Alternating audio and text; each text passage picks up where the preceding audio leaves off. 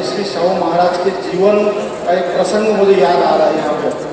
तो चौथे शिवाजी महाराज का निधन हुआ था और चौथे शिवाजी महाराज का निधन होने के बाद एक दत्तक पुत्र जो है उनको लेना था, दत्तक दान लेना था।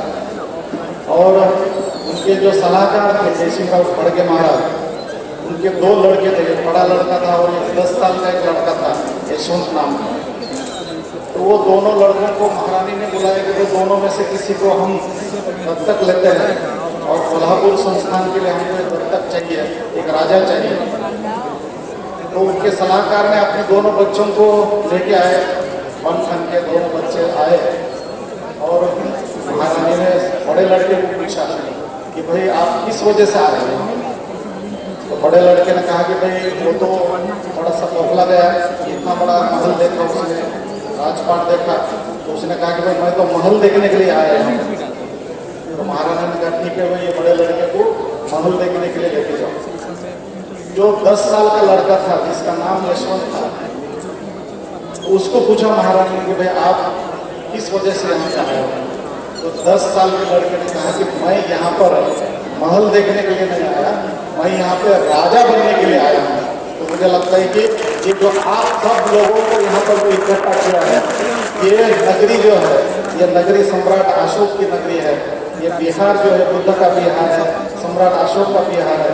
तो आप सभी लोगों को राजा बनाने के लिए, आप सभी लोगों को सम्राट बनाने के लिए, आप सभी लोगों को कोई किसी को डॉक्टर बनाने के लिए, किसी को इंजीनियर बनाने के लिए, अभी हमारे सर ने बहुत अच्छी बात कही कि किसी को बाबा साहब बनने की प्रेरणा लेने के लिए यहाँ पर आप सभी को इकट्ठा किया है। आपको फूड हंग्री बनाने के लिए नहीं, आपको पावर हंग्री बनाने के लिए प्रोग्राम का आयोजन जो है तो किया है। मुझे लगता है कि इसका फायदा हम सभी लोगों ने लेना चाहिए। यहाँ पर मैंने सिर्फ मोटिवेशन नहीं, क्योंकि मैं जो इंस्टीट्यूशन से मैं आया हूँ और वो कोई कोचिंग क्लास नहीं, वो एक मूवमेंट है, एक इंस्टीट्यूशनल मूवमेंट है। मुझे लगता है कि हम रास्ते के ऊपर स्ट्रीट फाइट तो बहुत करते हैं, हम स्टेज वॉर भी बहुत करते हैं, जो काम हम बहुत अच्छी तरह से कर लेते हैं। तो मुझे लगता है कि इंटेलेक्चुअल काम जो होना चाहिए, जिसे हम इंस्टीट्यूशनल वर्क कहते हैं, तो पूरे भारत में इंस्टीट्यूशनल वर्क हम नहीं करते। तो वो लैंग्वेज को पकड़ते हुए हमने नांदेड़ में, मैं 2006 में मेरा तहसीलदार पद का रिजाइन करके पूरी तरह से विरोध होकर इस काम को हम खड़ा किया है। 17 साल में नांदेड़ में 300 स्टूडेंट्स का रेसिडेंशियल सेंटर जो है, तो पूरे भारत में पहला ऐसा सेंटर है जिसको समाज ने खड़ा किया है। और वहाँ पर सिर्फ ऑफिसर बनाना हमारा काम नहीं, अम्बेडकरवादी ऑफिसर बनाने के लिए जो है तो वो हमने वहाँ खड़ा किया। तो आज तक 12 साल में उस इंस्टीट्यूशन से 7 साल दिल्ली में हम ओल्ड राजेंद्र नगर में जो है और मुखर्जी नगर में, वहाँ पर 4 सेंटर चलाते थे, नांदेड़ में ये सेंटर चलाते हैं। तो उसके माध्यम से near about 180 IAS, IPS, IRS और अलाइड सर्विसेज में बच्चे अब तक सेलेक्ट हो चुके हैं। महाराष्ट्र का ऐसा एक भी डिस्ट्रिक्ट नहीं है जहाँ मेरा बच्चा ऑफिसर नहीं है। महाराष्ट्र के हर स्टेट में, महाराष्ट्र का हर डिस्ट्रिक्ट में जो है मिशन के जो ऑफिसर्स हैं वो ऑफिसर्स हैं। तो मैं यहाँ पर सर के यानी आमंत्रण से यहाँ पर सिर्फ आपको मोटिवेशन देने के लिए नहीं आया, मैं यहाँ पर जो आया हूँ कुछ जिम्मेदारी ले सकता हूँ क्या, क्योंकि अम्बेडकरवादी मिशन के माध्यम से मुझे लगता है कि मोटिवेशन तो ठीक है, आज हम हमारे जो स्पीच है वो आप लोग सुनेंगे, मोटिवेट हो जाएंगे। लेकिन कल जब तैयारी करेंगे, जब आपको UPSC करना है, जब आपको नीट करना है, जब बाकी करना है, तो फिर आपके जो हेल्प करने के लिए मुझे लगता है कि संस्था चाहिए, हेल्प करने के लिए जो है मुझे लगता है कि उनको बैकअप चाहिए। तो कुछ जिम्मेदारी जो है तो मुझे लगता है हम पढ़े लिखे लोगों ने लेनी चाहिए।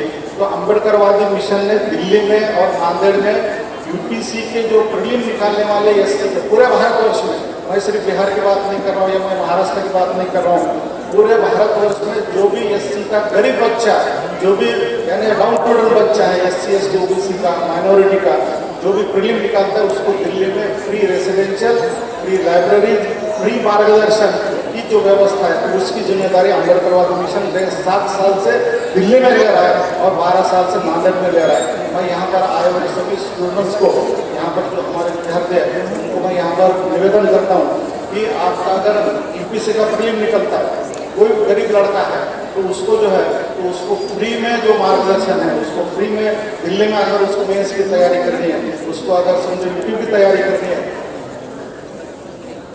उसको अगर आगे की तैयारी करनी है, तो उसकी पूरी जिम्मेदारी निःशुल्क जो है दिल्ली की जिम्मेदारी वो अम्बेडकरवादी मिशन की रहेगी।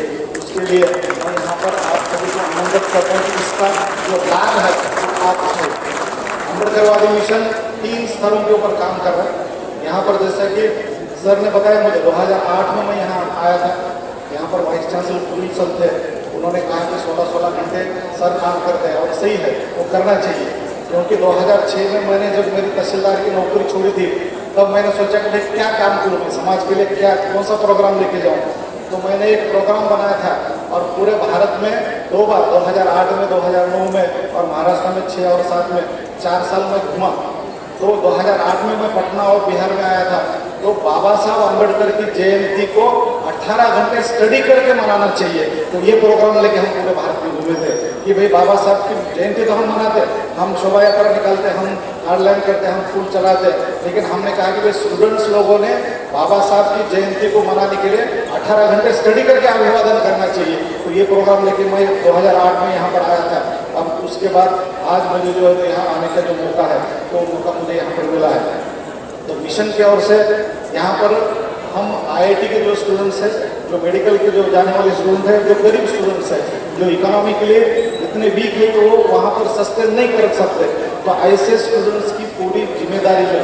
इस साल हमने 100 से ज़्यादा बच्चों की जिम्मेदारी ली है। और पटना आईआईटी में भी हमारा जो प्रज्वल जो गुंडाराव नाम का जो लड़का है, मैथ और कंप्यूटिंग में जो है इस साल उसने दाखिला लिया है, तो उसकी पूरी जिम्मेदारी जो तो अम्बेडकरवादी मिशन ने ली है।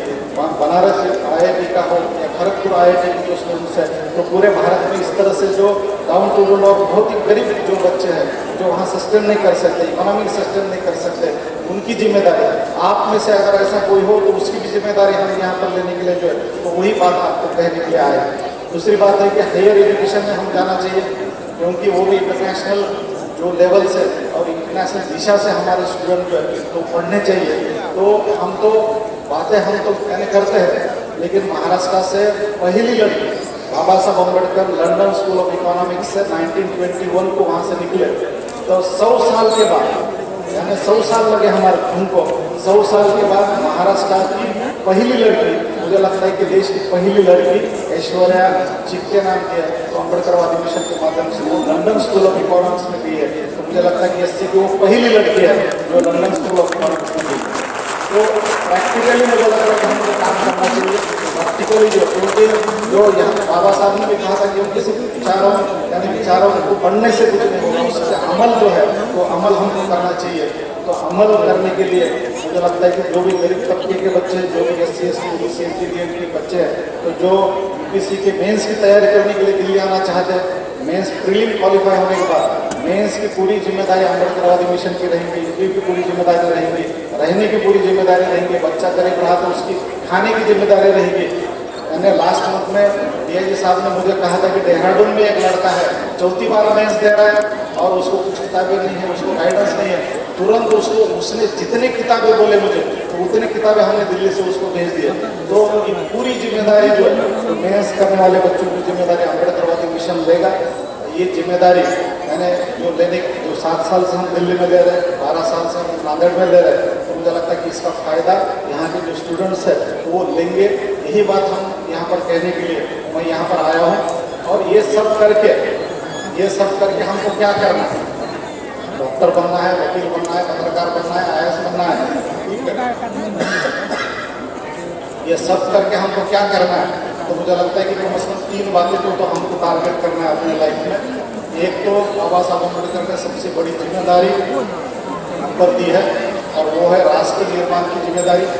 आजकल जो ये छद्म राष्ट्रवादी है तो ये छद्म राष्ट्रवादी है। बाबा साहब ने कहा था कि राष्ट्र तभी बनेगा, और ये बात बाबा साहब ने 25 नवंबर 1949 को कॉन्स्टिट्यूशन असेंबली के लास्ट स्पीच में, कॉन्स्टिट्यूशन असेंबली में बाबा साहब ने कही थी कि राष्ट्र तभी बनेगा जब जाति इस देश की टूटेगी। तो एनालिशन क्लास जब होगा तब इस देश में राष्ट्र बनेगा। इसीलिए मुझे लगता है कि हम सब पढ़े लिखे लोगों की, हम सब SC ST बहुजनों की पहली जिम्मेदारी है। ये सब बनने के बाद, IAS बनने के बाद, हम प्रोफेसर बनने के बाद, टीचर बनने के बाद पढ़े लिखे लोगों ने धोखा दिया, ये धोखा अब हमको नहीं देना है। हमारी जिम्मेदारी पहली है कि एनालिशन और क्लास में हमारा क्या रोल हो। मुझे लगता है कि और दूसरी 2 बातें वही स्पीच में बाबा साहब अम्बेडकर ने हमको कही थी और वो बातें थी कि आपको सोशल डेमोक्रेसी जो है इस देश में लाना है और इकोनॉमिक डेमोक्रेसी जो है वो लाना है। तो मुझे लगता है कि 3 बातों का टारगेट आपको सामने रखते हुए आगे चल के काम करना है। यही बात आपके सामने कहते हुए मुझे लगता है कि आपका ज़्यादा वक्त लेते हुए यहाँ पर नरेंद्र सिंह साहब ने मुझे यहाँ पर आने का मौका दिया। मुझे यहाँ पर उन्होंने जो यहाँ पर आके आपसे जो मेरी बात रखने की जो चांस यहाँ पर मुझे दिया, उससे मैं उन सर का मैं यहाँ पर धन्यवाद देता हूँ, आप सभी का विराम देता हूँ। और यहाँ पर मुझे लगता है कि सिर्फ ये जो बातें मैं अभी कह रहा था कि जिस बच्चों को यूपीएससी करना है उसको तो प्रीलिम और बाकी का मार्गदर्शन मिलेगा, लेकिन जो प्रीलिम पास हुए उनको मेंस की तैयारी के लिए अगर जो गरीब बच्चे जो दिल्ली आना चाहते तो उसकी पूरी निःशुल्क व्यवस्था अम्बेडकरवादी मिशन करेगा। मिशन के फ़ोन नंबर आप नोट कर लो, जिसके पास जिसको भी करना है या जिसका भाई, जिसका भतीजा, जिसकी बहन कर रही है लेकिन गरीबी की वजह से वो यहाँ से वहाँ तक नहीं पहुँच पाते, तो मेरा इंस्टीट्यूशन का नंबर लिख लीजिए 9326 9326932049 9326932049। उसके बाद दूसरा नंबर है 9370753059 9370753059। इसके बाद भी जिस बच्चों से मुझे कांटेक्ट करना है, कुछ क्वेश्चन पूछना है, तो मैं यहाँ पर हूँ, पीछे भी हूँ। सभी का धन्यवाद देता हूँ और आप सभी लोगों को जय भीम, जय भारत।